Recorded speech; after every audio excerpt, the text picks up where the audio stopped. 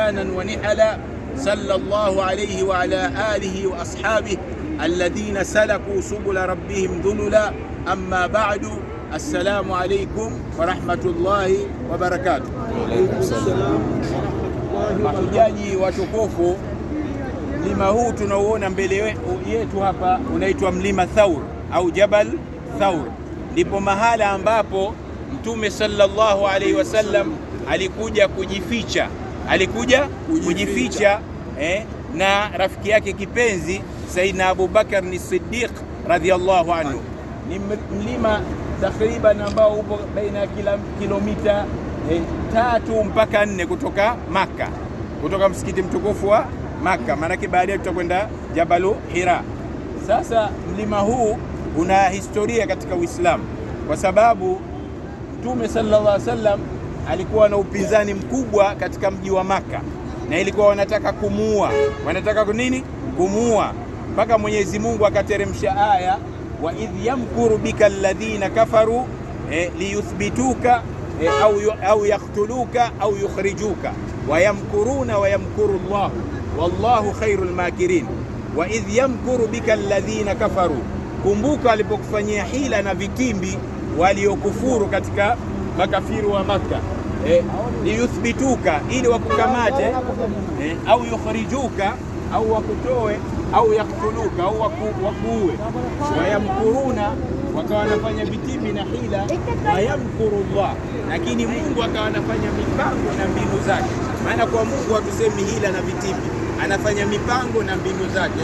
Wallahu khairul makirin, na Mwenyezi Mungu ndio mbora zaidi wa mbinu na mipango. Kwa hivyo ilikuwa alikusudia kumkamata Mtume sallallahu alaihi wasallam. Wakati Mtume sallallahu alaihi wasallam anatoka katika nyumba yake, alimwacha Sayyidina Ali karramallahu wajha, alimwacha pale. Walipokwenda makafiri, ikawa wanataka kumua, lakini walipogundua kwamba yule siye wanamtaka, basi ikawa wanampiga, wanamsukuma, lakini hawakumfanya kitu, mpaka Mungu akateremsha aya pia akasema, wa minan nasi man yashri nafsahu ibtighaa mardatillah wallahu raufun bil ibad. Wako watu ambao wanauza nafsi zao kwa ajili ya kutafuta radhi za Mwenyezi Mungu, na Mwenyezi Mungu ni mpole kwa waja wake. Kwa hivyo pale alikaa Sayyidina Ali, kama kuuliwa angeuliwa yeye, lakini Mtume sallallahu alaihi wasallam alifanya nini? Alitoka. Na wakati Mtume sallallahu alaihi wasallam anatoka, alisoma aya maarufu katika sura ya Yasin, waja'alna min baini aydihim saddan wa min khalfihim saddan faaghshaynahum fahum la yubsirun, tukajalia mbele yao kizuizi, saddan hajizan ni kizuizi, wa min khalfihim, na nyuma yao saddan kizuizi, fahum la yubsirun, ikawa hawaoni. Kwa hivyo wakati Mtume sallallahu alaihi wasallam anatoka, akasomea mchanga hiyo aya, waja'alna min baini aydihim saddan, akawapeperushia wote wakalala. Na inasemekana pale walitumwa vijana ambao panga zao zilinolewa na zikatiwa sumu, na walikuwa wengi wale, walikusudia wakimuua isiwe kama wamekauliwa na kabila moja, makabila mengi, ili kisasi kienee kile au kisiwezekane.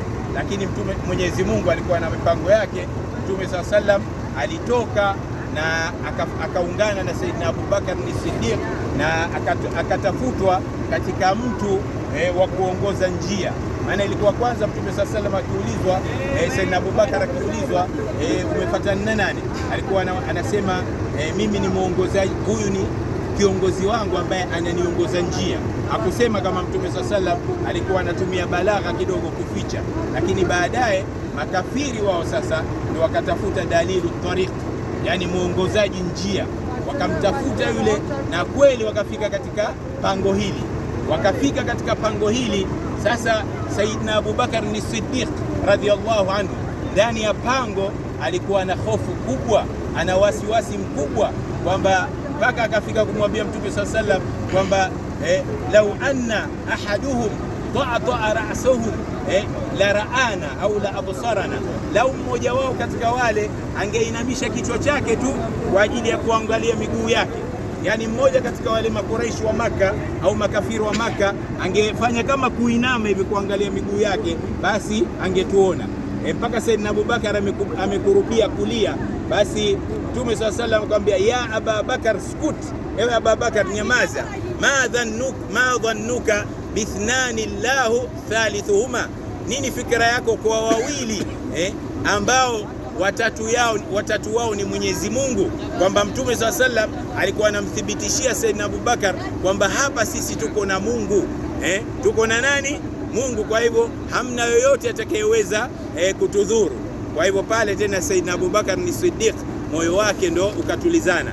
Inasemekana walikaa ndani ya pango hili siku 3 mpaka ikatokezea Saidina Abubakar ni Siddiq alitafunwa na mmoja katika wanyama wawili au wadudu wawili, ima nyoka au nge, ama nyoka